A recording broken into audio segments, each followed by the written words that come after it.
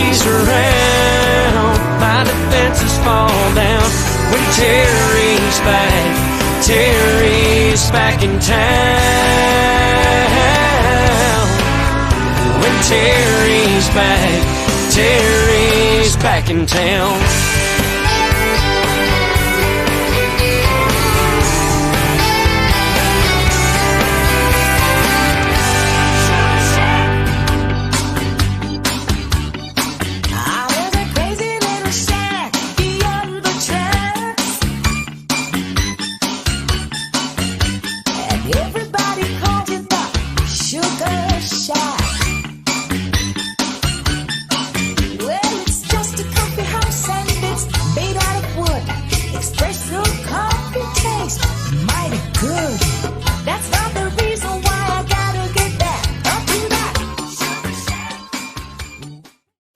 Hey Sugars, it's me, Terri Haley, with a special Sugar Shack for you this Saturday. We have Las Vegas personality of numerous reputations, Mr. Frankie Citro. How you doing, gang? Hey Frankie, how are you? Really good. It's been a little bit of a strenuous 2 days, anyway, I promised to do the show, and here I am. I appreciate that. What do you mean strenuous? What happened? Well, one of the things is how many cell phones do you think there are in this world? Way too many. My phone yesterday, while it was in my pocket, I was in the garage doing something, the battery expanded, exploded, and split my phone in half. It's laying here all taped up, and I had to go get another phone. And I'm using this here. They tell me not to use it because it can be real dangerous, but my whole life has been dangerous. So a cell phone, I don't think can take me out, Man. But it must be really dangerous, but I need to talk to people. Show them your phone. Show them what it looks like. I got it all taped up with special tape and everything. I think I learned how to do this from the Egyptians, the embalming. And that's just the warning. We are in Vegas, and we are in the hundred and teens, as we usually are this time of year. And just be careful of your phones. Don't leave them in your car. No. When they're outdoors, your phone usually gives you a warning while you're holding it, it's overheating. Turn it off. It's not that necessary. We're experiencing a lot of extra heat. Yes. And so I'm sure I'm not the only one this happened to, but I drew the lucky number. Yeah. Yeah. That's been my way my whole life. Very dangerous. Could start a fire. Well, it could if you weren't aware of it and had left it in your garage. Well, they could put that on my record now as a pyromaniac. Arson. We're not talking about records today. No. I'm going to ask you some different questions. Sure. Probably questions you're not used to. Okay. Well, I don't know. I've been interrogated by the best. Interrogated is what he's getting today.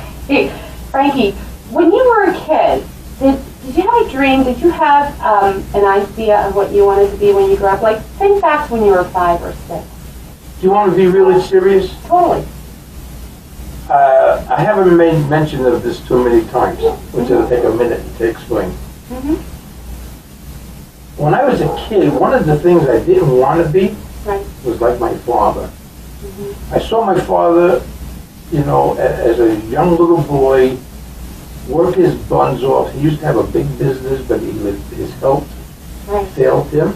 My mother had to become everything, the worker, the disciplinarian, the money, everything. And my father, after several years, he had to go to work for somebody else. And he loved my mother and his family so much. Whatever little money he used to make, whatever the job was, he'd give everything to my mother and take an allowance. And I said to myself, wow, I just didn't understand that. Well, that was that time. Yeah, but the thing is, as a little boy, I thought, that he should keep some of it. I didn't understand like I do today, Right. And that was one of the biggest mistakes I've ever made in my life. I made it my business not to be like my father, and I did a lot of different things. Some of them we could discuss on the way. Right. You want to know something? What's that? The mistake I made, I should have been more like my dad, because he was a good dad. He went to work every day, spent all his time with his family, brought everything that he made so everybody could have a life. Right. Sometimes that he went without, like my mom and a lot of other moms and dads, because the kids don't know, Right. So I don't think I've ever said that too many times, that I should have been more like Pop. you know. Yeah. You know, something just recently happened a couple of days ago. It was just the 4th of July holiday. Right. A lot of people don't know that my father was born on the 4th of July. Wow. And my father died on the 4th of July. Wow. And I was in prison, and I wasn't able to be with him. This is the second time. My mother also died when I was in another prison a different years before. Mm-hmm. So I lost both my mom and my pop 2 different times, you know. And so the 4th of July is not so much fun for me, you know. Right, right. And but I always give both of them a lot of thought. And I was at a pool party with a lot of our friends the other day. And I actually, it didn't come out on the video, they didn't film it, but I dedicated the song to my pop that he really liked. What song was that? It was Up on the Roof. Because I heard you sing that on some YouTube clips I've seen. Really? Anyway, you know, that song, even though it wasn't from his era, my father used to come see me once in a while perform or do something. He liked that song because a lot of people don't know what Tar Beach means. Tar Beach, you don't either? Okay, so let me explain it for those of you out there. That was an expression, a term used, because if you lived in the city, during the hot months of the year, you couldn't go to the beach. Right. You'd go up on the roof, and you'd sunbathe and sprinkle yourself with a little water, and get a tan, and that became known as Tar Beach. Okay, yeah. So the Drifters, early in their career, they recorded a song called Up on the Roof.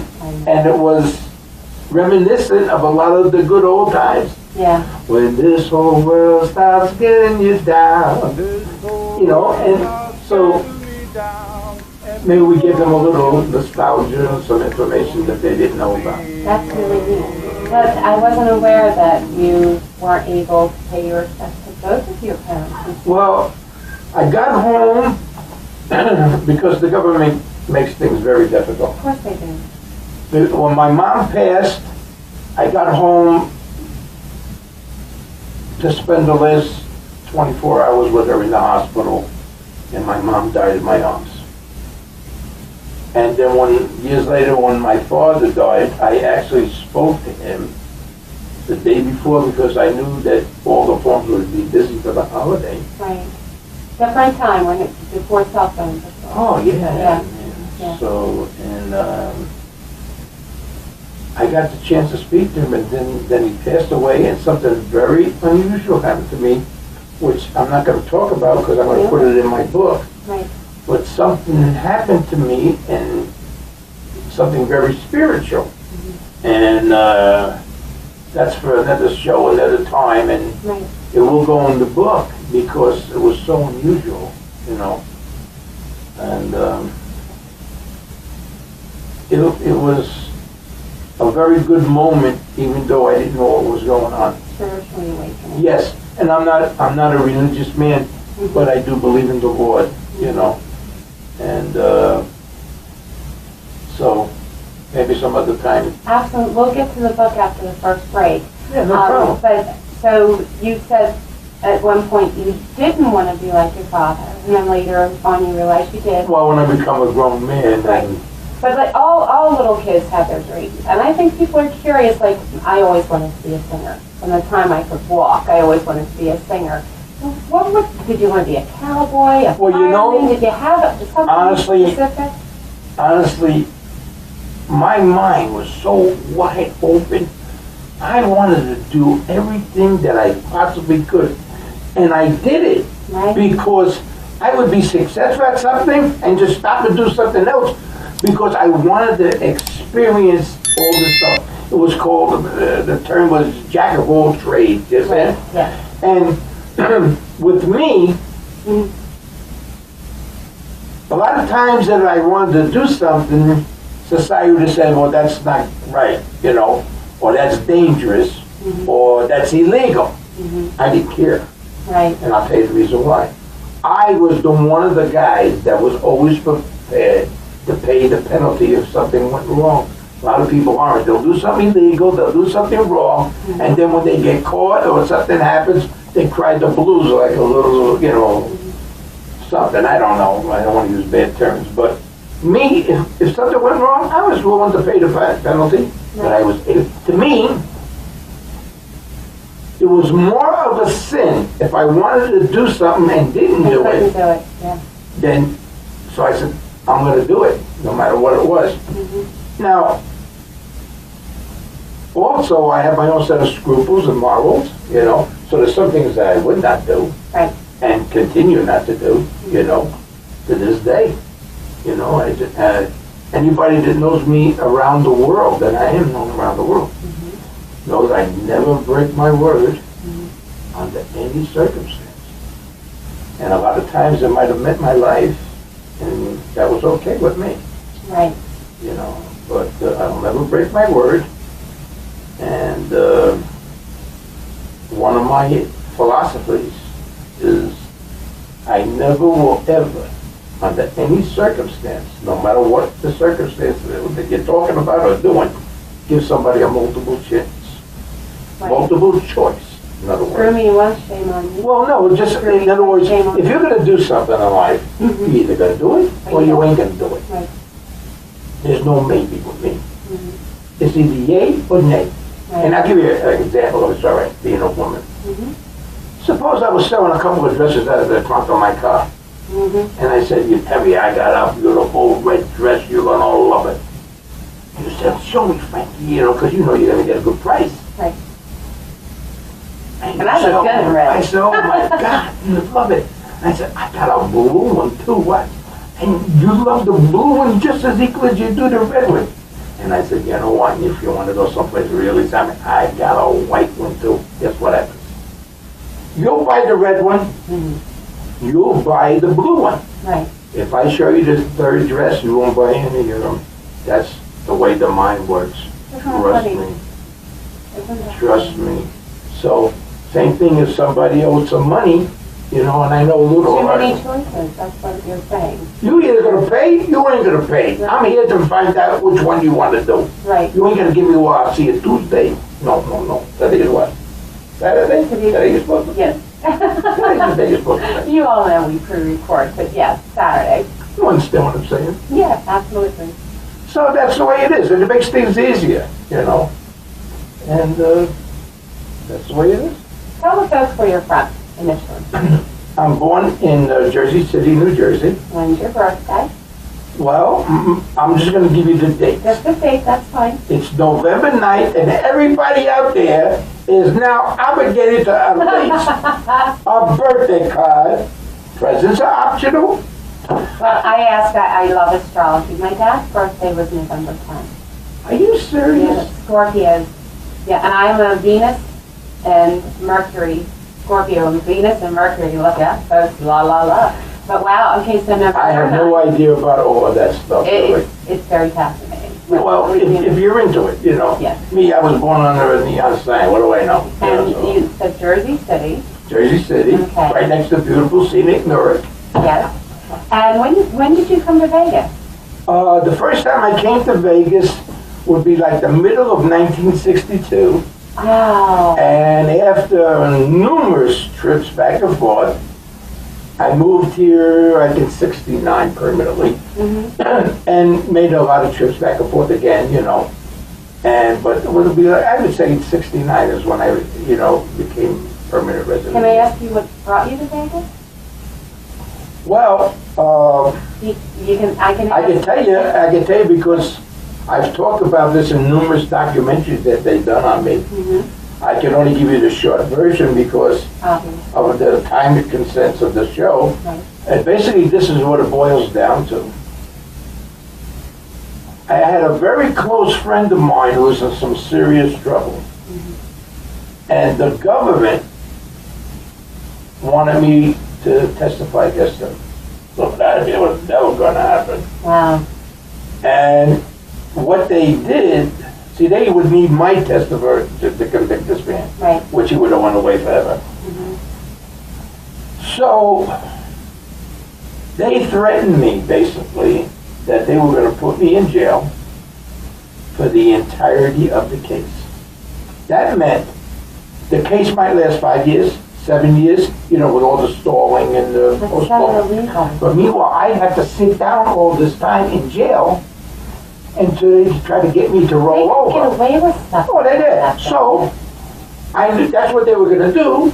So, I took it upon myself to take it on the Giddy Act, and I took off because without my testimony, They couldn't do anything. it was a short period of time. Facile Potente. He walked. What does that mean? What did you just say? Everything was good. What was Everything was good. What was the word? Classical? Facile Potente. Everything was good. Okay. That's an expression. Okay. But my friend was able to walk, you understand? But I decided to stay in Vegas. Nice. You understand? Because I was starting to do things, and I had planned on coming out here. Mm-hmm. I had planned on moving my family out here, because I had a family when I left. And which is something that's really got to me right now. People don't know, they think I'm as hard as It's a big teddy bear. but there is a soft side to it. Yeah, just recently, I've only been married twice. My first wife died 2 months ago. And she died 2 days before Mother's Day. Everything happened something like this. Yeah. And my 2 oldest daughters that we had by her. I mean, it's so difficult dealing with situations 3,000 miles away. That's still their mother, even though they're grown women, Exactly, yeah. And to see your kids go through that.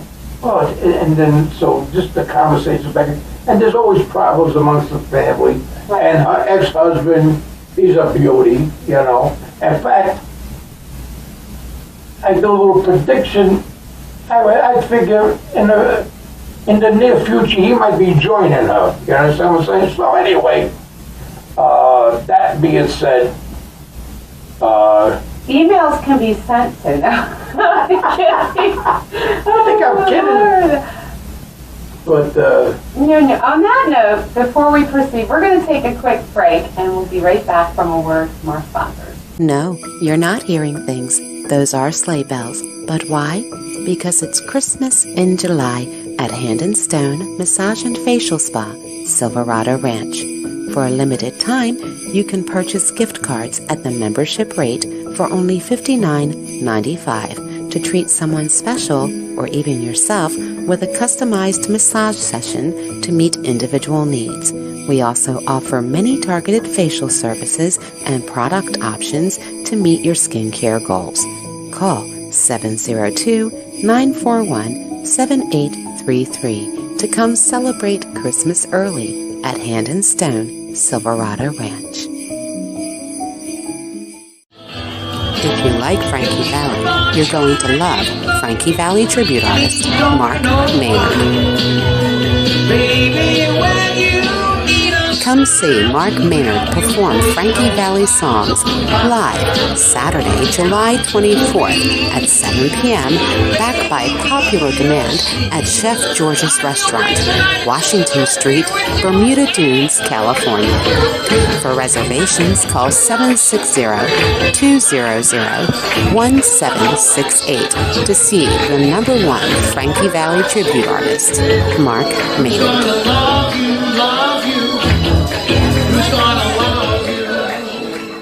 Christmas has come early this year at the Portnoy Gallery in Las Vegas, as they are pleased to announce their annual Christmas in July event and raffle. This is to help benefit the Tyler Robinson Foundation in strengthening families as they cope with pediatric cancer. The event will be held on Sunday, July 25th from 1 p.m. to 4 p.m. at 1537 West Oakey Boulevard at the Gallery.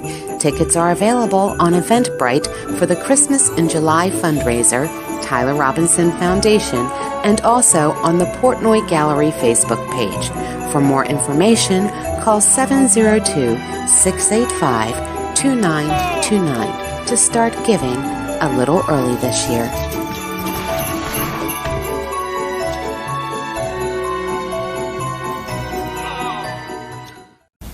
And we're back with the Vegas personality, Mr. Frankie Citro, picking up where we left off. I'm so sorry to hear about your ex-wife, and my condolences to your kids. Yeah, Truly. we were together when we were just kids ourselves, you know. Yeah. I was married very young. How young? We don't do numbers. So, you came to Vegas, technically, for good in '69. Is there anything about Jersey City that you missed, that you're reminiscent of, that you... Well, maybe stickball? I mean, was it that kind of environment? Like you see in the movies tend to glamorize things, as you know. well,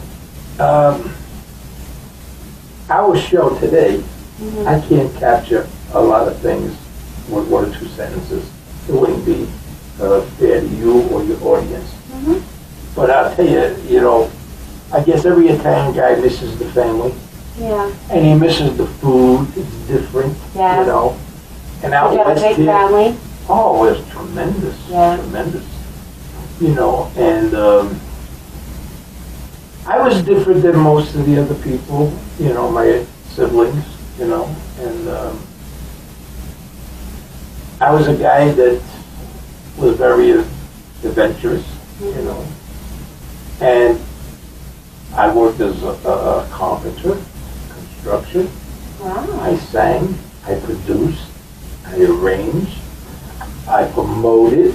I mean, You say range, do you play an instrument? just for myself. Okay. I see what you mean. Yeah, so I was good at putting things together, you know, and a lot of stuff I did secretly that my family didn't know. But my family, they know just about everything that's going on because that's their business to know, you know. And even when I was singing, I kept that a secret for a long time. And then all of a sudden, there they were out in the audience, you know, and Were they shocked? yeah, well, because they heard things, and I was pretty good at the time, you know, I mean, over the years. And I mean, I also was a fighter and stuff. I mean, I did a lot of things that most people Aren't aware of. wouldn't even dream of Right. putting in their repertoire, you know. I mean, I was bouncing in nightclubs when I was just a kid, basically, you know, because I had that. They call them security now. So, yeah, if you know what you're doing, you could have an advantage on somebody. Is that But we live in a real different world. You know, let me give you maybe a very bad example. When I grew up, if two guys got into a beef, right? somebody walked home and got a bloody nose, and the next day we was playing stickball again together. Yeah. Nowadays, They're grudges. somebody's gonna pull a knife or gun or whatever, and they think that's a badge of honor. Yeah. That's not a badge of honor. That's stupid. It's you know? scary. Did you hear about the weekend? How many shootings just over the holiday weekend?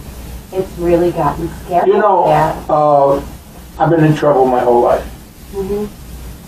I don't try to hide it from anybody, you know, but I've been a good guy my whole life too. Right. I'm just not a guy that you could cross. I'm not going to let you get away with it. And I've had so many dealings with different metro departments, FBI's, you know, every department. In fact, I have probably more respect for police officers, men and women, than anybody could ever imagine, because I know what they go through.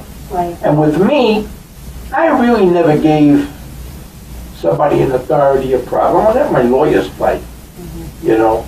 And when I see all this nonsense that's going on in the country, I wouldn't put up with it. In fact,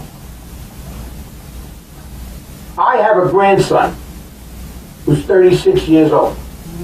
He's a police officer in Pennsylvania. He's an embarrassment to the family, but what am I going to do? Because he's a police officer? I'm making a joke. Oh. He actually going out with a state trooper girl. She's terrific. These people, nobody has respect for them anymore. Where do they get with this defund the police department? Look, every city, it's It's every neighborhood The nowadays. entire issue is contradicting. It's terrible. And it's contradicting. It's terrible. Back to you Okay. and Jersey City and your family and the cooking. Can you cook, Frankie? You know, I had a brother, you know, when my dad took ill when we were just small, everybody had a job.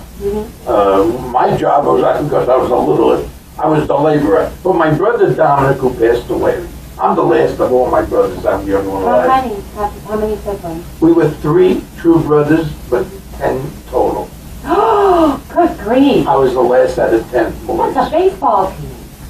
Yeah, I Wow. was the last out of 10. Wow. And my brother Dominic was the one that my mother designated, you know, because she had to go to work. And he would start making the supper or the lunches. And that son of a gun, he became terrific. You know, when somebody just... In fact, there was a point I remember, excuse me, that some family members were going to try to put some money together Right. and send him to Europe to become a chef. Because, you know, then whatever happened didn't happen. Right. But he was a great cook. Wow. A great cook. And, you know, everybody does what they have to do to survive, you know, and I could cook a little bit, but I'm not Julia Childs, you know what I'm saying? I mean, I'm like a Jew. I used to make reservations. Do you have a specialty? You said you could cook a little bit. When it's just you and nobody's around, you have to cook something. What would you cook? Well, I like to make a bouteille sauce. Bouteille actually means, in English, whore sauce. A what A sauce? whore. A whore. So this was originated in the whorehouses of Italy. And when the girls be working all day long, they'd get hungry, and the madam would put on some sauce, gravy, or whatever you want to call it. Right. And she would put different ingredients than the normal stuff. And the bouteille sauce has anchovies, and it has olives. And I love that. Ah. I love that. And, you know, it has to be just made just right, you know. It's like an authentic Italian. Oh, And yeah. they called it gravy in those days. They didn't call Well, it sauce. it was gravy in my neighborhood, you Yeah. know. You know, the Mexicans and you know, the American people. Now they have every pasta, you know, sauce, you know, gravy. Everybody's got a different term. Marinara. You know, like what kind of mayonnaise you want? You want Kraft? You want Hellmann's? Best food. You know, We call it everybody's up ketchup. everybody's ass. You Yeah. know, with the right terminology, you know. But,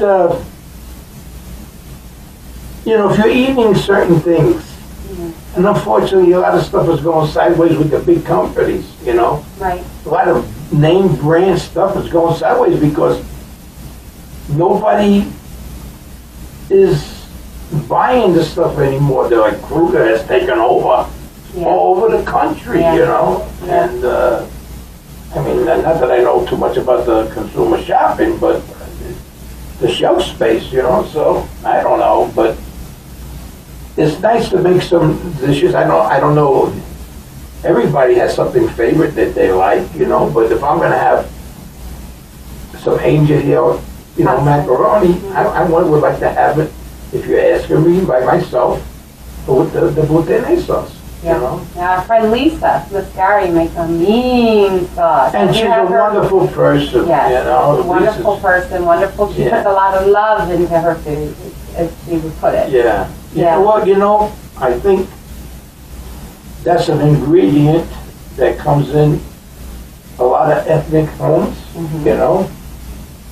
And I think that's one of the things that's really missing in this country for years. People sitting at the dinner table with their family, instead of everybody scattered 1 hour, this and that, fending for themselves or whatever. I think that ended in the late 80s. With my family, we had dinner at the table every night. If you weren't at the table at 6 o'clock, you missed dinner. You know, it's just, at my grandmother's house, my dad's house, we had dinner at the table every night. You better be there. Yeah, yeah. would there be a problem? And they don't do it anymore. Some families do. We'll hold, Yes, true. some families But do, for the but majority not of people enough don't. of them. And Yeah. that's why I think that makes we have a lot difference. of the problems in this country. Right, because that's where my parents, anyways, kept in touch with what we were doing. How was your day? Absolutely. How was the test? Did you finish your homework? Kind Absolutely. of thing. Yeah, find out what's going on with dad at work and things like that. And It was a big difference. yeah, You know we what I'm don't do it saying? anymore. I mean, like, you said that I have a big family. It was enormous. I can imagine that. And just a regular dinner at my house was 12 people. So when you get together with the uncles and the aunts and the cousins, and everybody's there for a big Sunday bash, there could be 30, 40 people, 50 people, and that's nothing. A couple of gunshots later, that's a normal visit, you understand? So Yeah. Did your mom work? my mom had to go to work when my father took his first major heart attack. Right. My father had a very big business, and then he lost everything due to illness. Right. And then Mom had to become everything, and so she wound up getting a job. And then each of the boys, like I said, my brother was the cook, and I was the guy cleaning up, doing the labor. My brother went and did this and that. She designated everybody to do something because there's no way that she could do it all, So everybody pitched in. And things were different then. Kids had more respect for their parents. And you didn't backtalk your parents, I bet you. That talk. These days I hear these kids the way they talk My to their mother, parents. because people ain't gonna know unless they look up Right. the nostalgia and the computer like they do. Right. My mother one time thought I answered her back, and she hit me in the head with a family-sized Coca-Cola bottle. That was the thick green thing. Were they She almost glass killed me. I went to the closet door, and then she was coming to finish me just because she thought I answered her back. Oh no. There was not going to be, oh no, they're not my house. no. Oh no. How tall was your mom? I'm just trying to pick My her. mother was like 5'2" any way you looked at her. You ever heard me say that she put a fatuna on me right now? That's hilarious. They instilled a fear of God in you. Parents did that. You remember I told you something about my father, how I did the dedication. We just talked about my mother. Let me tell you something that's very dear to me. I told you I was always in trouble. And I didn't go to school hardly at all. I have very little formal education. But my mother had to come to school for me for the 11th trillion time, to see the principal or something, whatever I did. And I was walking down the hallway with her. I'll never forget, a little kid. And one of the boys that I ran with says to me, "It's all right." So he says to me, "Who's that?" I said, "Why?" "She's beautiful." "That's my mother." I didn't know, because that's my mother.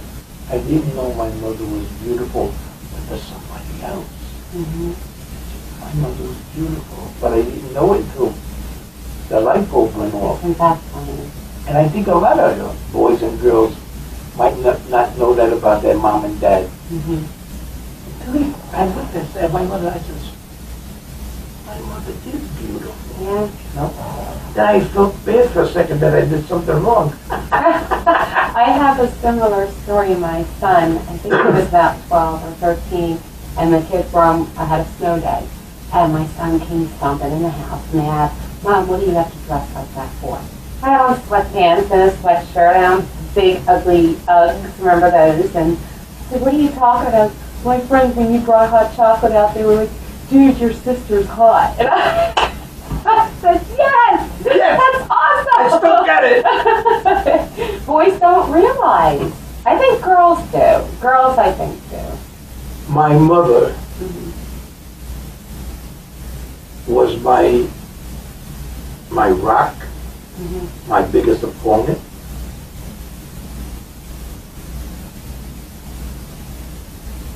My mother beat me at every chance she got, and I probably deserved everything that she did to me, And it wasn't until I was a young man that we became on the same level playing field. Right. maybe she saw a lot of me when she was younger as a girl. And that's what the resistance was. Right. You were probably so much alike And that you butted heads. she, you know, I'm very proud of something I'm going to tell you. Okay. Well, your microphone in your phone. My mother, you know, really used to beat me really bad. Okay. She didn't know what she was doing. And I'm okay with it. I'm not putting my mom down. I mean, with today's laws, she'd never want to come out of jail. But anyway, Right. that was the way it was. Mm-hmm. I made a conscientious thing happen in my life. I have 4 children. 2 by my first wife, 2 by my second wife. Mm-hmm. They're all grown. Right. You can ask any one of them. I've never, ever put my hands on any one of my kids. Right. I used to scream and holler and boom, boom, boom. But I did not want them to experience that with their father. Because I was a guy, if I cracked you, you got cracked, you Right. know. But I would tell them, if you ever make the mistake of making me want to put my hands on you, that I love you, oh, you're going to not wish this day happened, Right. you know. And as grown people, they'll tell you themselves, because they have, and they told others. Boy, my father, he never hit me, and there was times they probably needed it, but I would do things, even though I was an educated guy, and I'm not trying to throw any bouquets at myself, I had my own psychology about things. Nobody out of my 4 children ever pulled down a Christmas tree. You know why? I used to make them help me put them up. Yeah. No matter what age they were. Yeah. If I was doing something, I made them part of it. Mm-hmm. So that curiosity of doing something stupid they could never have. You know? My dad taught me when my son was little, because I put everything away. He said, no, put everything up. That's how you teach him not to touch. What he's counting. I mean, nowadays, I can't speak for parents nowadays because I only see what I see outside, Right. how the kids behave. I'm not seeing what's going on in the house. But it's a valuable, and things were very different then. It was, parents believed, spare the whip, spoil the child. Or spare the rod, spoil the child. That's what they were taught in church, that's what they believed, and obviously things have changed over the decades. But I could see you getting a little, the clump. I'm thinking, you know, what happens is, people say, I think about this every day. They're full of shit. Yeah. But when something comes up, it makes me think of a lot of good things. Mm-hmm. Some things that weren't so good. But just the thought is good, you know, that Right. memory, you know, it's good. Yeah. And I want to tell you folks out there, you know, I'm not a young guy, and I've experienced a lot more things than most people have. And when you're young, you're not smart enough to understand what was really going on with mom and dad. Right. You know, the decisions they made, the things they made you do and not do. And why? And why? Because you're just not mature enough, you know. And then as you grow up, if you got a little bit of a brain in your head, then you say, you know what? They did this for a good reason, you know. Mm-hmm. And a mom and a dad, if they're not totally macadamians, they're never going to do anything to their child. Of course. Right. Now, there's the occasions where somebody is off the deep end. We understand. Talk about normally. So a mother father's never going to do something that's going to hurt their kid. They No. can't do it. It's just not in the DNA. You know, I think a parent list for that day, this past Christmas, I just became a grandmother last November. And so this past Christmas, it was a little rough for my son after the pandemic and both being out of work.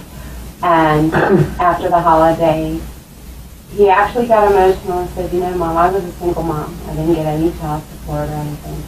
He says, you know, Mom, he says, I have to hand it to you. You made sure I had Christmas. You made sure you did. I don't know how you did it. And he got a little emotional. And that was like, that's the parent, it's not what we live for. Yeah, but see, that's the trophy right there. Exactly, for all That the is work. the Academy Award right there. Right. From your peers, Making me your a little kids. disappointed. You understand what I'm saying? When you're young and inexperienced, and you don't understand, You don't know if you're pure and got no money. Right. You don't know if you're hungry. Yeah, you're just looking at that Sears catalog. I used to say to myself when I got a little older, how did my mother have something different on the table every night? So it wasn't so repetitious, even though it was probably a lot of the same thing. And getting back to the food thing, if you allow me. When we were young, all the pasta dishes that they have today, they were known as, what's the term? I forgot. Casserole? No, they were peasant dishes. They were known as peasant dishes. You cook this kind of macaroni, that kind of... Macaroni cheap. Yeah, because macaroni was an easy way to feed your family, so they did it this way and that way. Now, if you go to any restaurant, The pasta. they charge you so much money for these peasant dishes, like they're doing you a favor. You understand what I'm saying? Yes. It's funny you say that. Lisa and I, we've gone out to dinner at times, and she has a rule of thumb. She never orders anything she can make herself at home. Right. I thought that was a neat little... Well, one of the things that I don't normally do, and I eat just about every Italian place there is in Vegas or around the world. Which there's a lot. But normally, if I go to an Italian restaurant or deli, I don't normally order anything that has gravy, the red sauce, that goes on the macaroni. I'll order another dish because I like what I make at my house. Right. You know what I'm saying? Not that yours is wrong or different, because that's another thing that pisses me off. Oh, my mother made it better than your mother. Please, my students get like this here when I hear people talk like that. Oh, no. That's what you're used to. Right. That doesn't mean my mother's makes it bad or your mother. That's just what you grew up. It's just different, that's all. Yeah. Anyway, we're going to take another short break, and we're going to talk about your book when we come back from this word from our sponsors.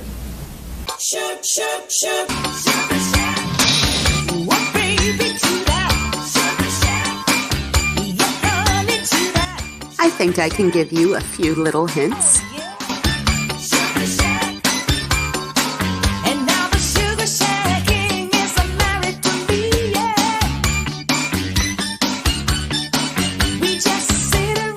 You guessed it, the Sugar Shack is heading to London, and I'll be met by London native and actress Chris Laurie, plus Vegas' own lovely Valerie Milotti will be co-hosting. So stay tuned Saturdays at 2 p.m. for the Sugar Shack for updates on our upcoming adventure. See you then.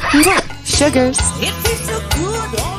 If you like Frankie Valli, you're going to love Frankie Valli tribute artist Mark Maynard. Come see Mark Maynard perform Frankie Valli songs live Saturday, July 24th at 7 p.m. backed by popular demand at Chef George's Restaurant, Washington Street, Bermuda Dunes, California. For reservations, call 760-200-1768 to see the #1 Frankie Valli tribute artist, Mark Maynard.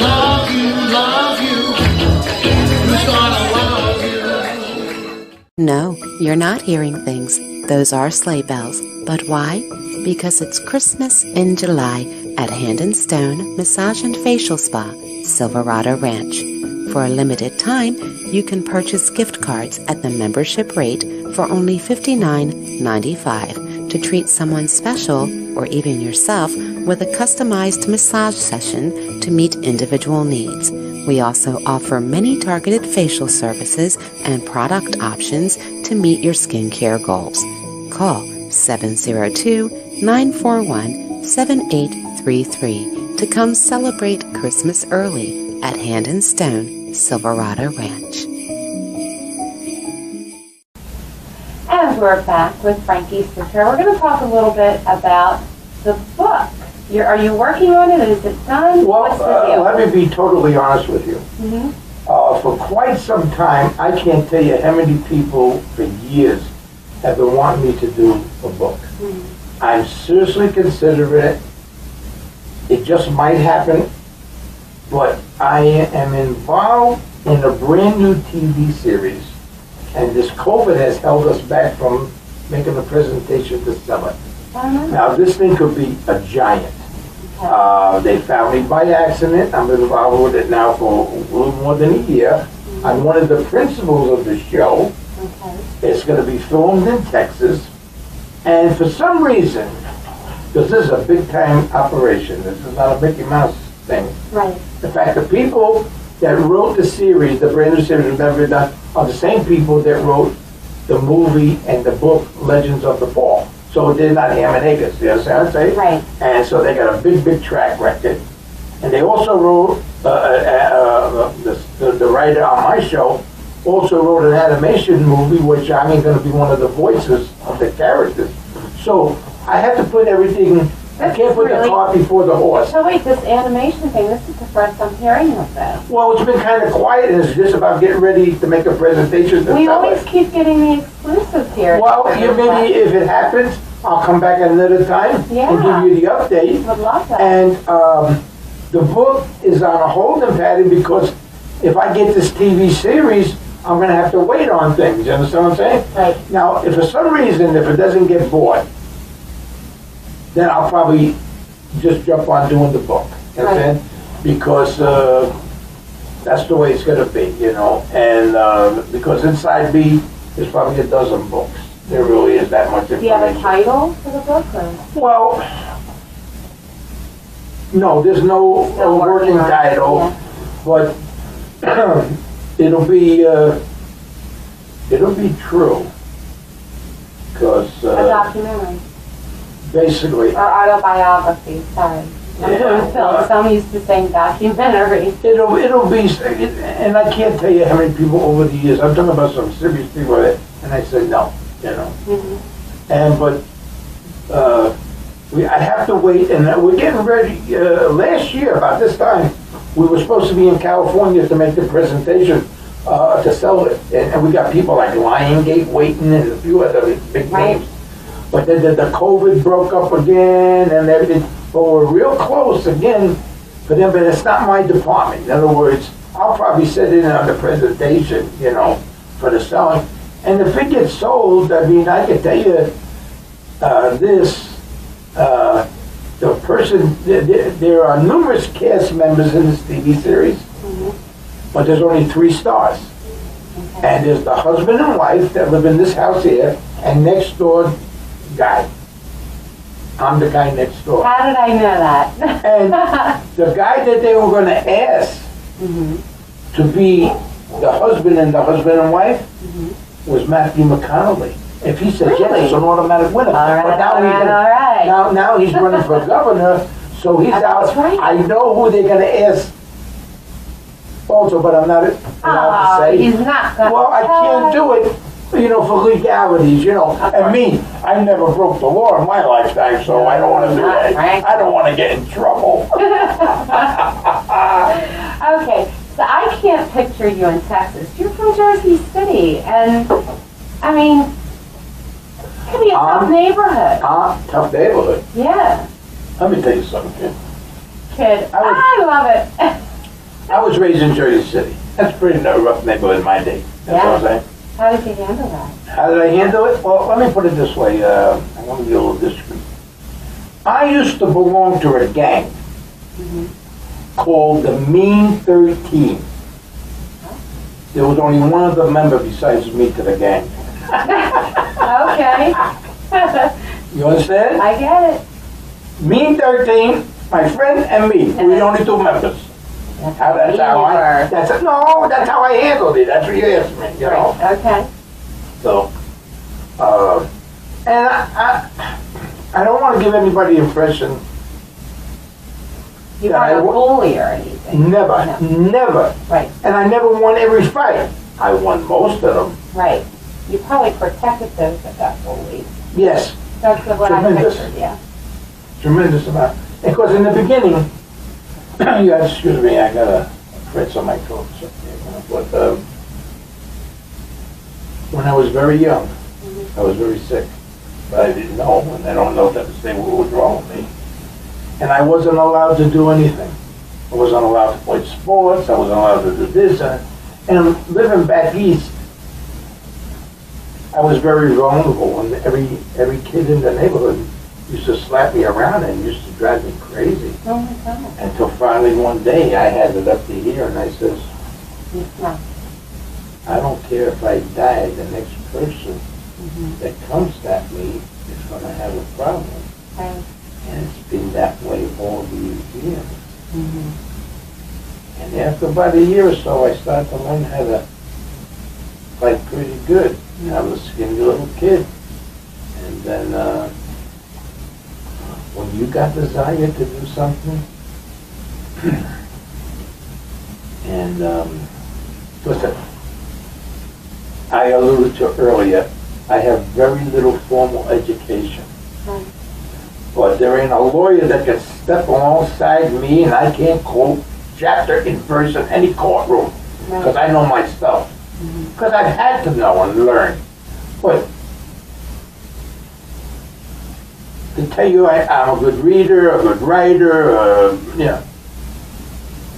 I fool myself sometimes that I know so much stuff that's in here, and I don't know how I know it. You understand? I love watching documentaries. I probably retain it, you know. I'm an authority on certain music. There ain't too many people that can top me, you know. I've never studied anything. You know, I used to actually go to school and sleep, because at night I'd be loading and unloading trucks to earn a nice pay, you know. So, and I don't want people out there to think that's a good thing, because it wasn't a good thing, but that's what it was for me, you know. That's what was necessary, you know. And if I had my way to change things, because I've been asked this numerous times, if I had something I would change, what would it be? And I really thought about it. If I had the opportunity to change something major in my life, it would be real simple. I'd be the good guy instead of the guy society says ain't no good. Well, no, they're not doing that anymore. No, not, you know, but still, listen, I live in Nevada.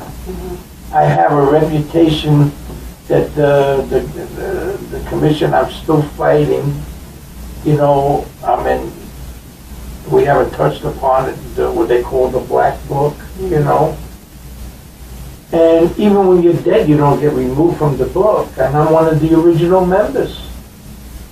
And people don't really know what that is. But now in the day of the internet and the computer, people are starting to find out. And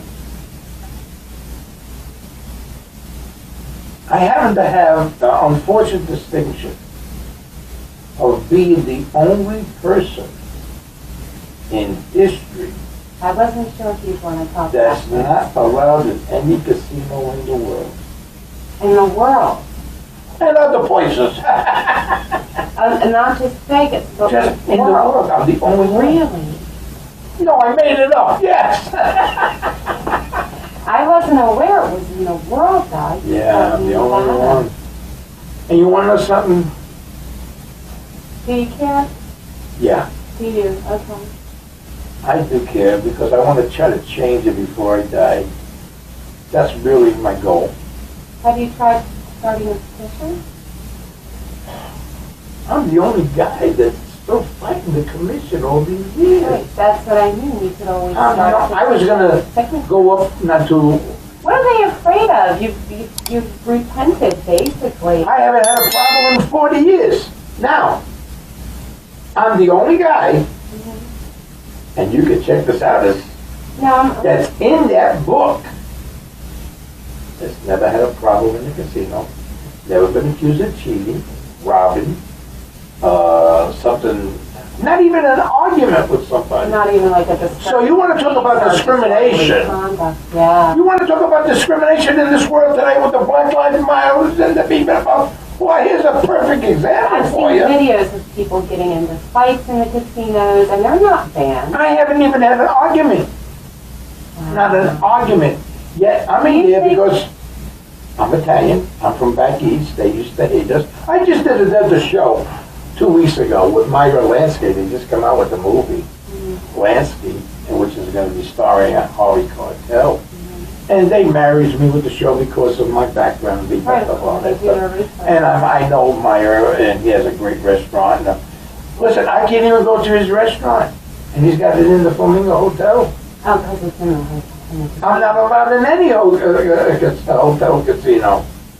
So, it's terrible. And everybody always says... I wonder if this has something to do with you not having done that testimony. Well, a lot of it stems way, way back. Yeah. You know? That's just not right.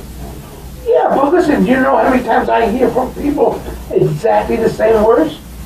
Ain't nobody doing a goddamn thing about it. Saying maybe. Well, that's the goal that I've been trying to fight. Yeah. You know, for those of you who don't know, I'm somewhat of an innovator on a lot of things. And I've been known to have some nice sized castañas, you know. That's a new word. Well, I'm learning a whole new language today. In English, it starts with B. Yeah. Or N. Yeah. And, yeah, in fact, I sort of just, you know, we talked about politics before. I just reminded myself that Caitlyn Jenner, you know, there used to be Bruce Jenner. That burst my heart. Listen to me. Is this something? He's running for governor. She's running for governor of California. That's just what they need. Another guy with no balls. I can't believe it. And on that note, we're going to take another break, and we'll be right back with Frankie Citro. No, you're not hearing things. Those are sleigh bells. But why? Because it's Christmas in July at Hand and Stone Massage and Facial Spa, Silverado Ranch. For a limited time, you can purchase gift cards at the membership rate for only $59.95 to treat someone special or even yourself with a customized massage session to meet individual needs. We also offer many targeted facial services and product options to meet your skincare goals. Call 702-941-7833 to come celebrate Christmas early at Hand and Stone, Silverado Ranch. If you like Frankie Valli, you're going to love Frankie Valli tribute artist Mark Maynard. Come see Mark Maynard perform Frankie Valli songs live Saturday, July 24th at 7 p.m. back by popular demand at Chef George's Restaurant, Washington Street, Bermuda Dunes, California. For reservations, call 760-200-1768 to see the #1 Frankie Valli tribute artist, Mark Maynard.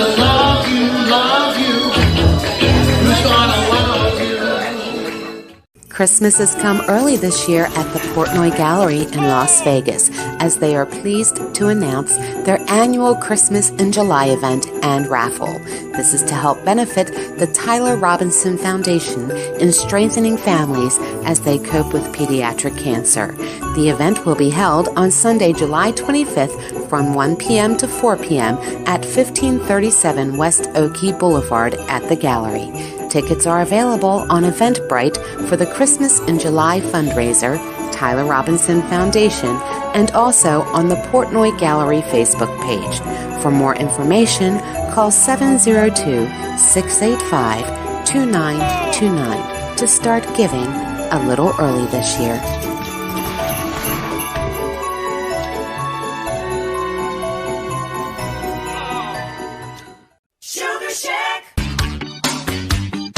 Sugar Shack is on its second season and on the rise. You can be a part of the excitement.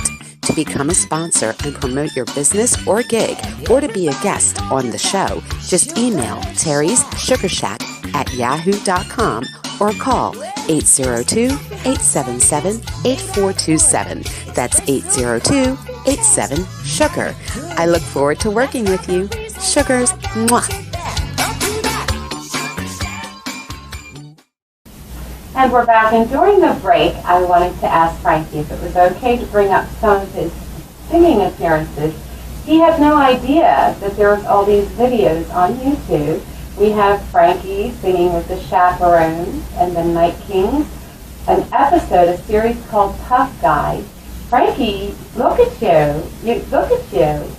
There's probably going to be a commercial, but it says Kids These Days. I'm going to show clips of these if that's all right with you while we're talking. So we'll talk about the singing first, Night Kings, the Chaperones. Well, I sang with bigger name groups too. I'll tell you something I'm very proud of. Okay. And I can name a lot of big name groups that I sang with.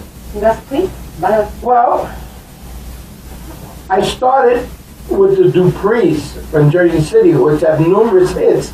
And I was one of the reasons that they had success because I was promoting them when they weren't doing anything really at the DeWitt Theater in Bayonne, New Jersey. I was running dances and stuff, and I was singing with them, you know. And then, can you give us a little taste?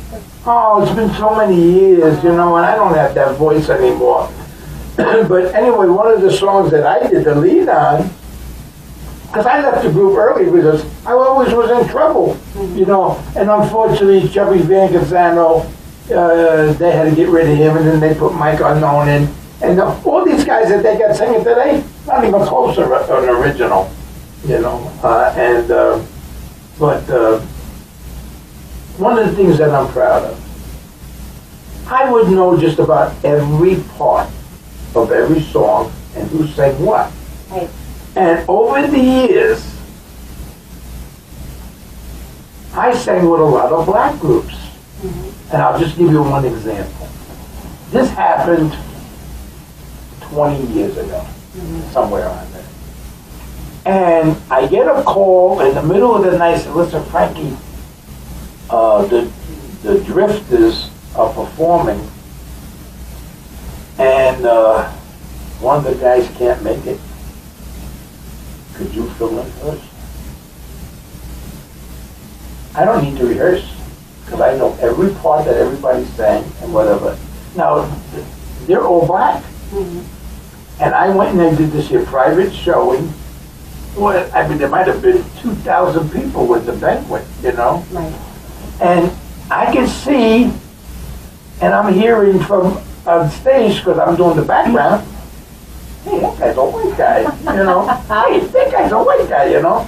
So now, what I would do, because I like to have fun, they would give me an opportunity to do a song or two and show what I can do. Right. And I would come to the microphone and I would say something along the lines that says, okay, I heard you out there. The Drifters, that's an all-black group. What is that white guy doing up there? I said, well, to tell you the truth, folks, I had the same diaper Michael Jackson had. And when I would say that, they, you know, my God. and then I would sing a pretty tune, Right. and they'd say, that's why he's up there. Because Well, that, you know, there was at times I could chirp pretty good, you know, but now I just do basically novelty stuff. But there's days I can get by, you know. And when I'm really, as you mentioned earlier, getting a little verklempt,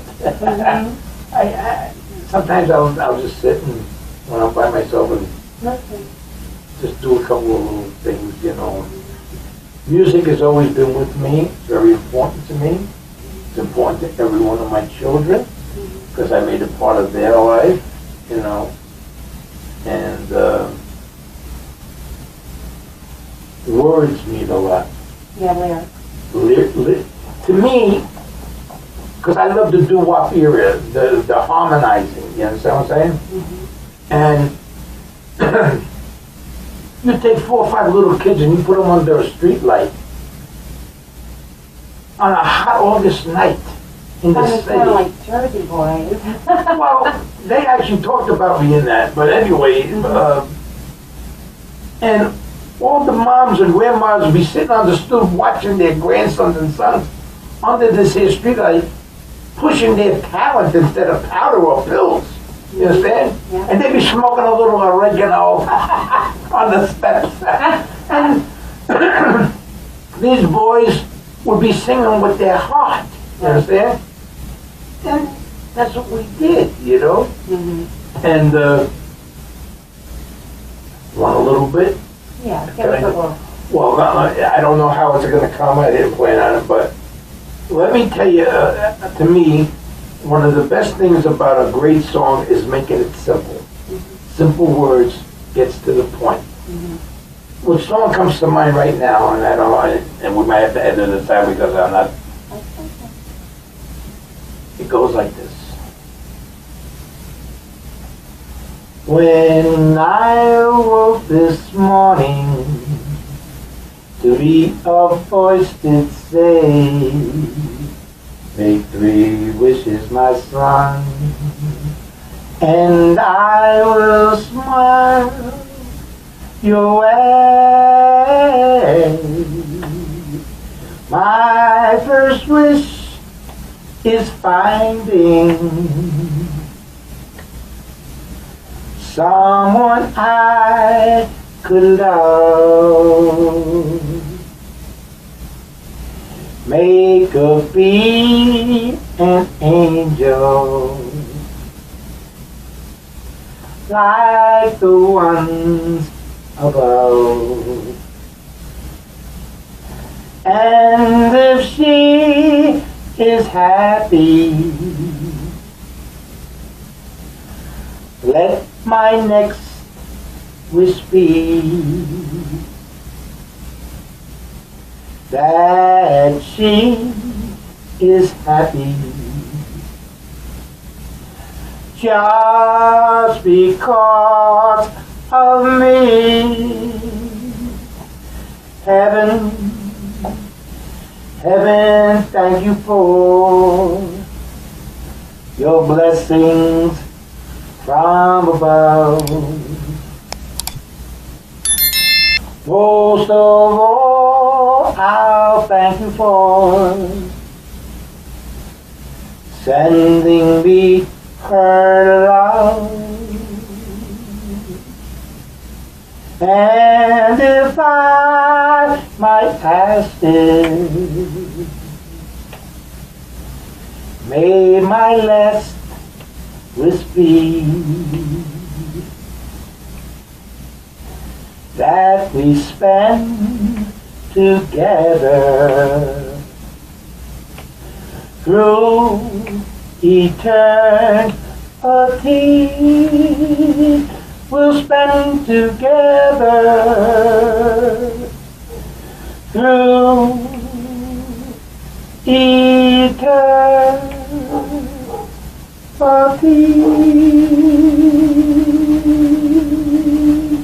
Bellissimo, Frankie. Thank you.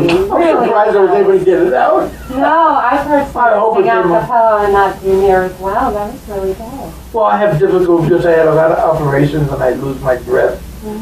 And I don't have the power that, But your voice totally went different when you started singing than your speaking voice. I could hear that 50s reminiscence there's nothing of that sound. And just to be with your girlfriend or your wife or your betrothed and you're dancing and you're hugging and it means something. People don't do it anymore. It's not the How do you dance to beat it, whip it, snip it, bing, get the hell out of here, I'm going to show you a clip right now.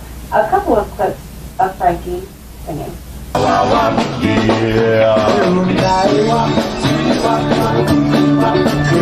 a night to hear her say, darling, I do. And tonight could be the night to hear her ring on the finger. Oh, dream of her.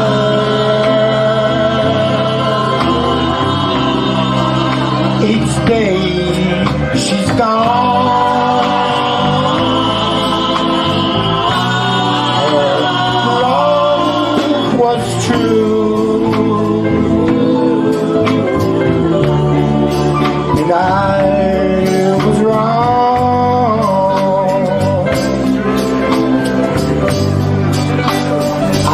Pretty impressive. Pretty pretty impressive. I was surprised. And you know, I'm here with Frankie Citro today, a great Vegas personality, numerous reputations, so to speak, and just the nicest guy you'd want to meet. In my studio, Frankie will tell you there's 2 cameras, 2 lights, it's just me and him. I ain't scared. He's such a nice guy. Wait till the cameras go off. Oh, those cameras are not going I'm off. gonna chase you around like a new suit. I'm going to stick Crooner on you. We'll talk about Crooner. No. He saw Crooner and he almost didn't do the show today.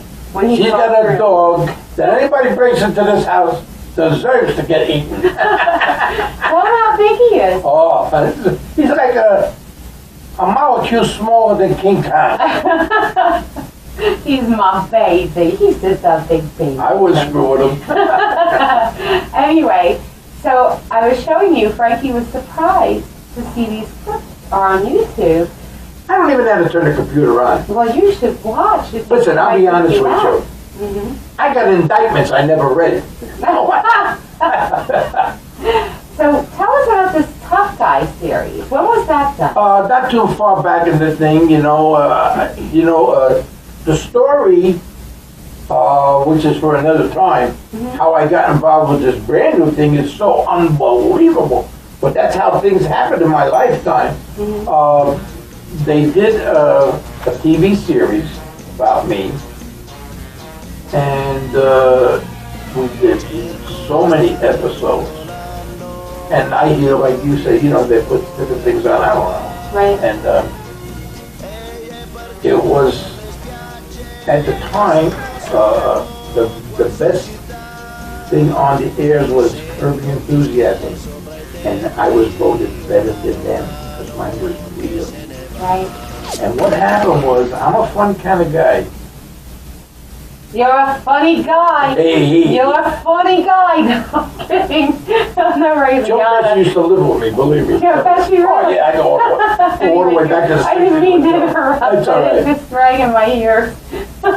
So, what was I saying now? About the series and being better than Curb Your Enthusiasm. And what happened was, when I said I'm a funny guy, is that I'm a man of my word and you have to be a man of your word. And when somebody does something wrong,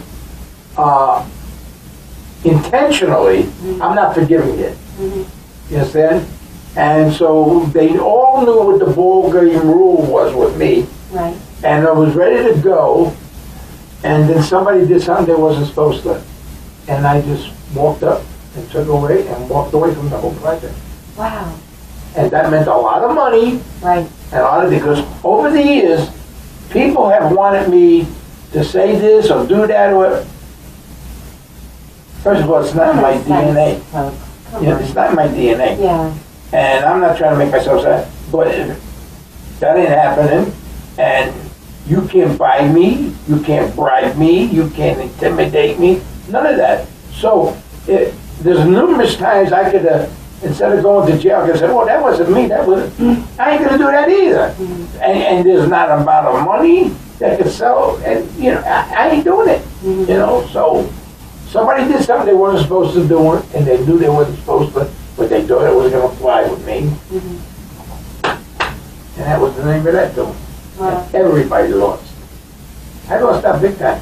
And they And the still, series is on you. and still people involved want me to still do this, but ironically, there are some of the people that were involved with me with the Tough Guy series, Frankie Citro, that were from that series, that are in the new series they're involved. Oh, wow. Not everybody. The one but- you're going to be doing in Texas, you mean? Right, Okay. right. And just folks, I need a little bit of a prayer out there, I guess, and a little luck and whatever, and because if this thing goes, it's not going to be a ham and egg operation. It's going to be big. Right. I mean, big. And they anticipate, and they're coming out now with the Sopranos, the new generation. Are they really? Yeah. And Because I love The Sopranos. I don't want it I actually ruined. was supposed to be on that show originally. Were you? And this too many things to go into why I I was wasn't. afraid they're going to mess up that rubber set. Well, I don't know what's happening yet until I see Right. what's going on, but they think if this series that I'm involved in now gets bought and it's presented properly, they think it might be as equally as good, if not better, than The Sopranos. No, You know how major that would be? that would be major. Yes, that would be major. And that's what I'm looking to do. Maybe put a few dollars back together that each of my children, meaning grandchildren, everybody involved. Because there was times I had stuff and times I didn't. And You just want authorities are very security. unforgiving. You understand what I'm saying? Yeah. Because otherwise that jeopardizes their paycheck. So they know they're never going to let you lose. You know? And what I started to say earlier nowadays is that a lot of people don't know. When I went to the gaming commission, I showed up in a tuxedo. Really? Yeah. They usually don't know that. No, I didn't.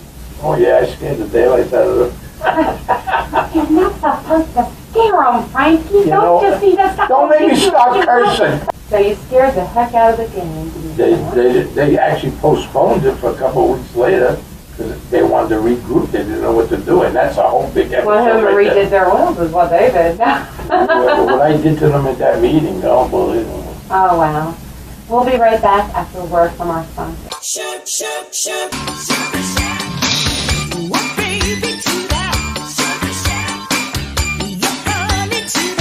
I think I can give you a few little hints.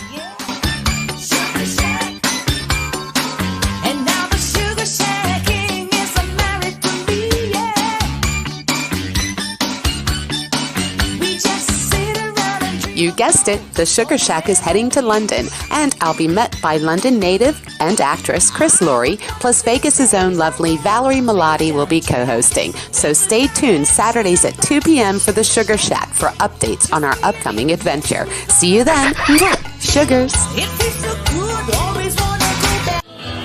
If you like Frankie Valli, you're going to love Frankie Valli tribute artist Mark Maynard. Come see Mark Maynard perform Frankie Valli songs live Saturday, July 24th at 7 p.m. back by popular demand at Chef George's Restaurant, Washington Street, Bermuda Dunes, California. For reservations, call 760-200-1768 to see the #1 Frankie Valli tribute artist, Mark Maynard.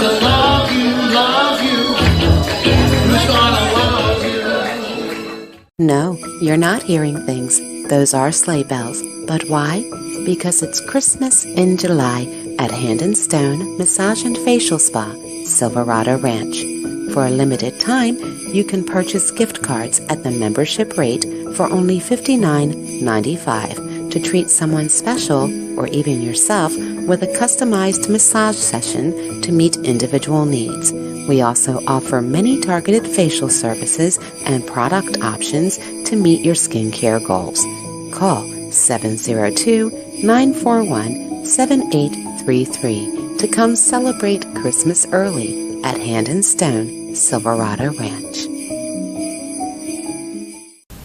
And we're back with Frankie Citro. Frankie, I do a segment on my show called Spilling the Sugar.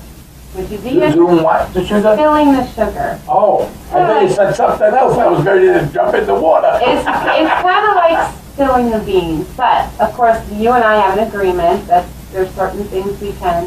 And before you do the segment of spilling the sugar, I need to advise you that I've been interrogated by the best. So, go for it. Okay. We're going to have a Spilling the Sugar segment. And how many questions are these going to be? With Frankie Citro.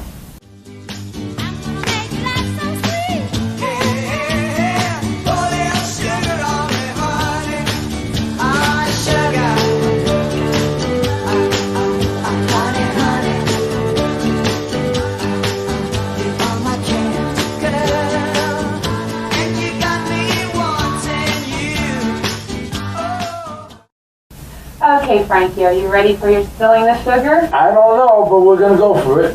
Okay. First love of your life. I would think I was a young guy, and I actually spoke about this a couple of nights ago to an entertainer. Really? Because he's John Petuna, who does the Elvis guy, and I told him about when Love Me Tender came out, and I went with a young lady who lived up the street, a Italian girl, and her girlfriend who was Jewish, and another boy, and the four of us went to see Love Me Tender at the Stanley Theater in Jersey City, New Jersey, and I don't know if she mentioned the lady's name because it's been a lot of years, but she was my sweetheart at the time. I really loved her, you know. I mean, it was a puppy love, you know. I mean, and we'd be sitting up at the balcony, bushing it up and smoking some cigarettes. I was able to score, you know, and maybe doing a little something, you know. But I mean, I think You're really still. well, we were in the balcony, you know. And when you could smoke in movie theaters. Oh yeah, let's go back a long time ago. Yeah. Okay. How about the most embarrassing thing that's ever happened to you?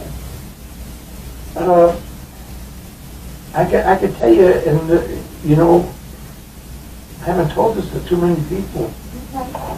It goes back to my mother. Uh-oh. I was a married man Oh, no. with 2 children, and I was at my mother's and father's house in Jersey City. They were having a little pool party. When I say a pool, not a soccer, it was one of those doughboy things that they had in the back with the barbecue. We celebrate my father's 4th of July birthday. And my mother goes, go in the pool, go in the pool, you know, get wet, you know. And it wasn't that big. And I said, well, I got no trunks, Ma, you know. She's like, here, a pair of your fobs, you know. That's all right. So I'm in the bedroom, and I'm going to put them on, and my mother forgot for a minute that I was in there, and she opened the door, and I was a little startled, you know.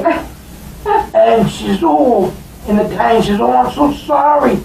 And I didn't even do a joke, I was meant it, but she took it the wrong way, and I'll tell you what, I said, don't worry, Mom, the same way I was, just a little bigger. You know what I mean?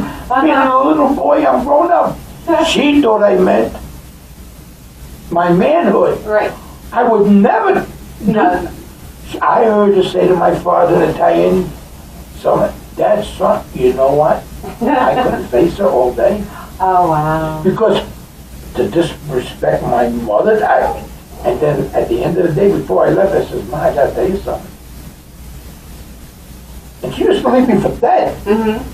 I was a grown guy doing things for years already, you know. I said, Ma, I don't know what happened, but I think you took it the wrong. She says, I was so afraid that you would say that to me. I said, Ma, I meant just... That was embarrassing for me. Yeah, I think that was the most embarrassing time with my own mother, because I would never, ever, if it meant my life, do something. It was probably more embarrassing to her than me. You know? She was devastated. Yeah. And she could rock and roll, believe me, you know. Yeah. She was devastated that you thought I told her like that. Oh, you're from Mamma Mia. No, I really mean it. I mean, I don't think I've ever really told anybody that. Oh, well, thank you for sharing that with us. All right. Okay. What's the next sugar? I forgot what I was going to ask next. No, I'm kidding. Most touching moment in your life. One moment that will come, that will never leave you, that touched you the most. You know, I gotta say,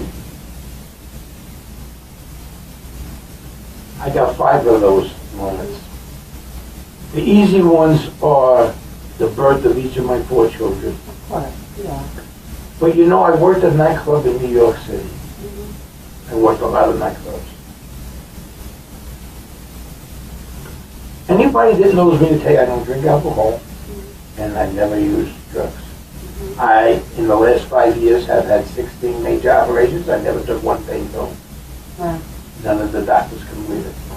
when I was a young man working a nightclub in New York City, and I can't tell you everything, we're going so short. I carried a young girl out of the balcony of the club, 3 floors down in my arms. She was skinny. Why, what was wrong with her? She was thick. Oh my God. And when I got her in the light,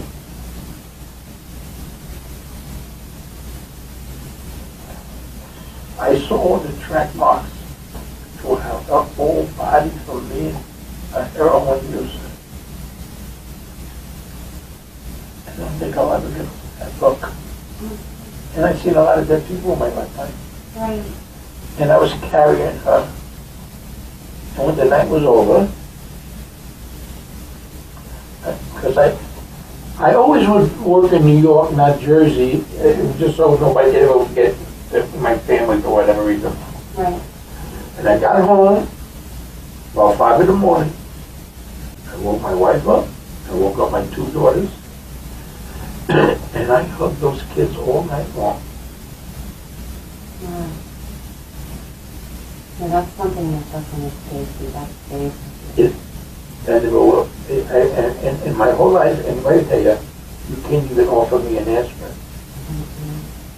Now, I never was doing drugs before that or afterward, but to carry this young, beautiful girl. That did that to yourself. Yeah, she was, whatever the circumstances were, she actually did most of it to herself. Right. And I think that might be the most, other than the birth of each of my children, Right, yeah. which is a given, I think that might have been the 5th thing, the most. I'm sorry, I didn't mean to make you It's okay. emotional. I can handle it. Okay. The last question. We all know that you want to get off that list. We know that. Is there something else in your life that you'd like to do before that big day? Before the big man comes to get you? Something that you haven't done that you want to do, or...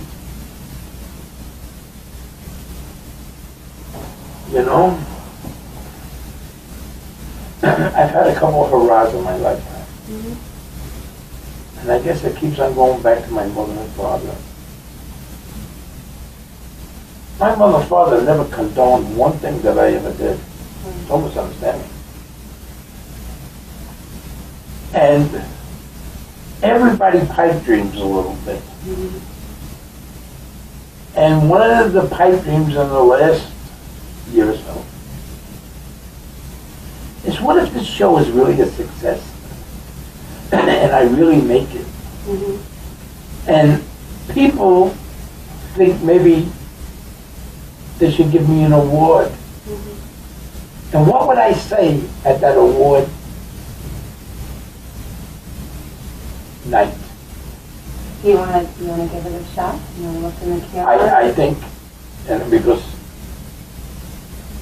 I think I just want to want to say I did one thing good. You know what, Frankie, you've done a lot of good, and I could count 4 that you've done good. You've made a lot of I hate you for bringing this up. I'm sorry. That was not my intention. You hate me? I don't mean, no, you know that. I don't mean that. Oh, hammer down. No, you know what I mean. That was not my intention. I didn't know this was going to happen. That was not my... Oh, your phone is working. It might be Obama. You can answer. Stevie, I'm doing a show right now as we're talking. I'll call you back. Bye-bye. Bye-bye. At least, how does it work after the battery explodes? I'm telling you, I don't know how. And see, that broke you out of it. It was not my intention. I don't want to be the Diane Sawyer in Vegas. No. But, I really mean it. That's what I was thinking. I'd like to acknowledge my mother and father and say, you know what? I finally did something good, So they feel good about something, I don't know if that's selfish or what. No, that's an ultimate. That's like a full circle. The circle of life is the full circle of you getting to acknowledge your parents. Right. You know what? There was things that I can't change. I'm more than confident there's a lot of things I wouldn't do again. But I can't change any of it. All I can try to do is undo some of it and try to do, and I don't want it to sound like I'm, what a big hypocrite or whatever. No. You know, I'm a much older guy now, and you get more mellow, and you can't do. But I want to tell you something. Is this the end of it right now? Yeah, Let me tell you what I'm going to tell all you people out there. If this TV series doesn't work out, if this book that I think I might write might not work out, as old as I am, I'm going back into the organized crime business, and I might be knocking on your door 3 o'clock in the morning and have to take a few personal things from your house. So bar the windows and doors. I can't believe you said you're going back into the... That's only a Speaking hypothetically, folks. Speaking hypothetically, of course. Anyway. We're having fun, right? Absolutely. Frankie, this is the part of the show where we give our sugar. Well, that's it for this week's Sugar Shack. Frankie, thank you so much for coming and doing this today.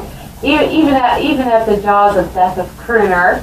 You know what? It was an extreme pleasure. Was looking forward to doing it. Glad we got it done. Who knows? Maybe down the road we'll do something again. Absolutely. When your book's ready or your pilot pulls through, let me know. I'd love to come out on set and interview you. Absolutely. That would be tremendous. Anyway, gang, be sure to tune in next week. And you ready? Sugars.